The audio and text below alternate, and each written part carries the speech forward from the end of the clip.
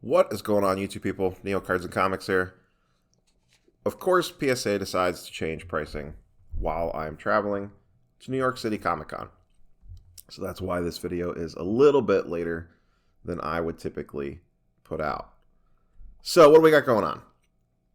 PSA has decreased bulk back to the $18 national special. Things look a little bit different. I don't remember it being set up like this before. They have it listed as pre 1979 and older, and then 1980 to present. I thought it was in the 90s before for that. Someone in the comments can correct me down below. But this is essentially getting back to what their $18 national special was. So $22 bulk pricing lasted, what, an entire 5 weeks maybe before they dropped again. The other sneaky thing that they rolled into this is a TCG special at $15 per card. All of this is $199 declared value. And, we haven't talked about it a ton on here. I know Dustin has and some of the other people have. TCG is a very big part of their business, and it's a lot of grading companies' businesses.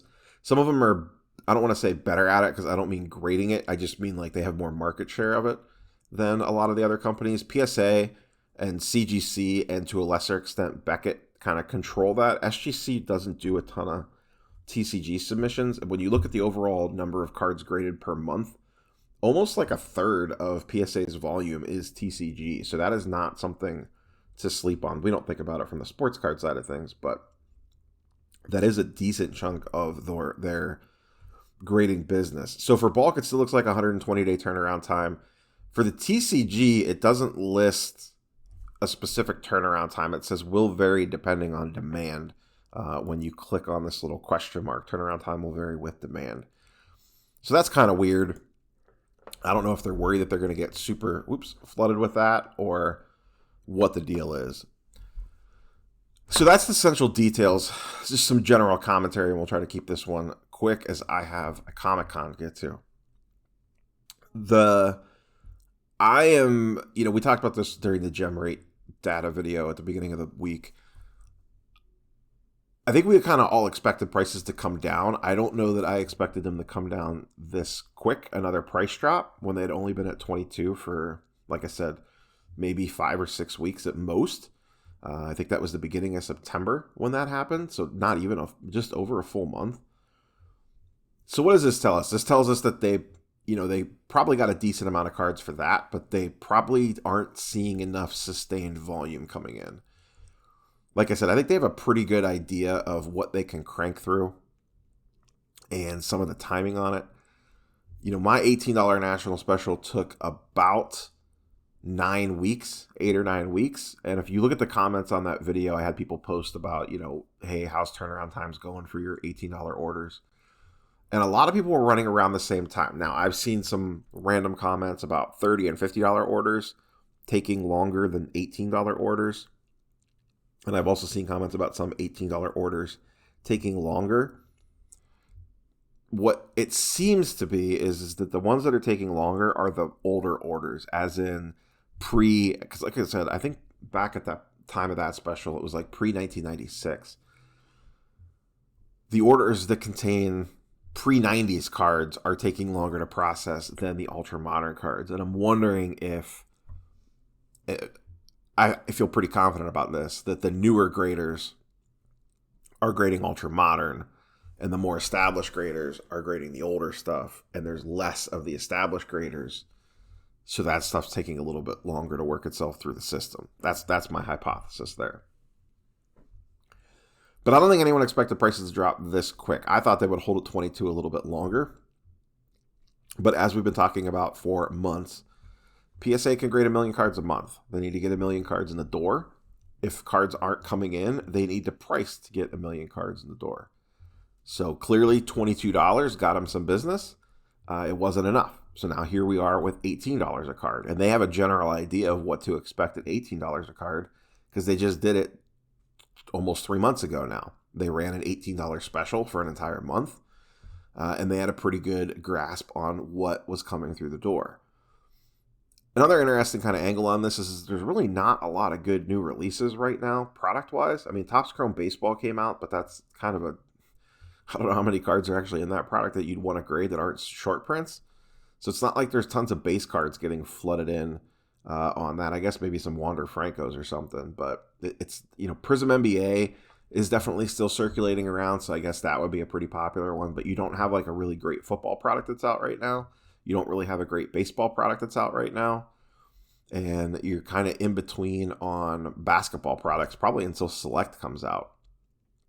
So there's not a lot of good fresh wax being ripped to send in.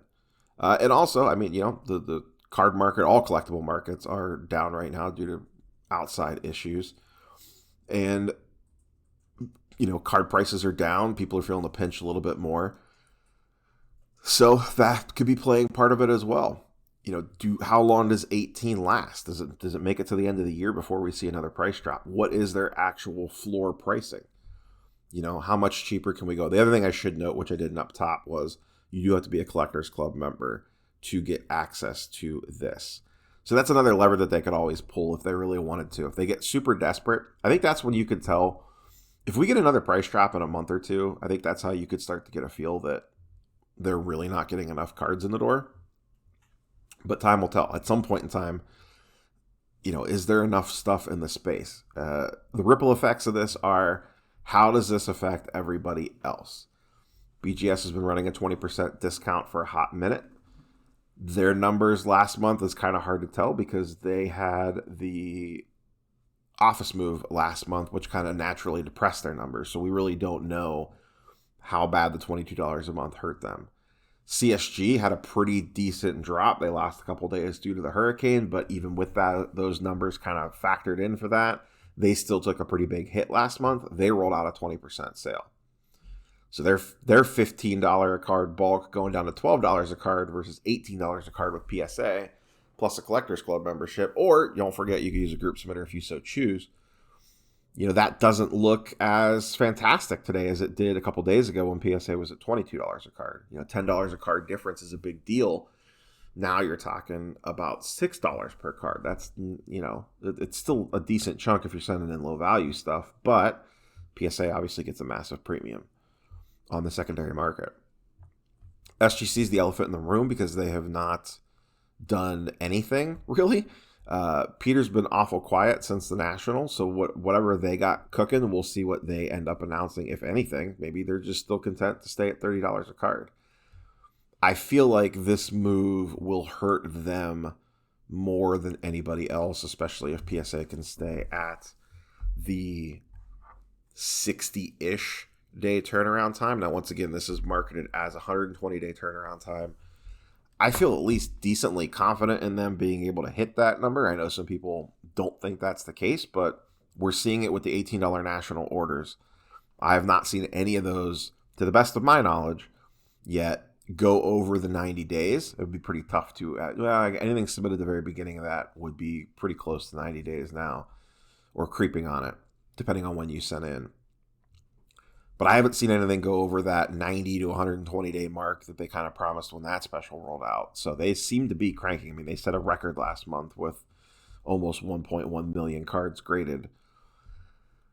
And like I said, this is what we've been talking about, them putting downward pressure on the rest of the market by pricing things cheaper because they need to get cards in the door and they have the economies of scale to be able to crank this stuff out.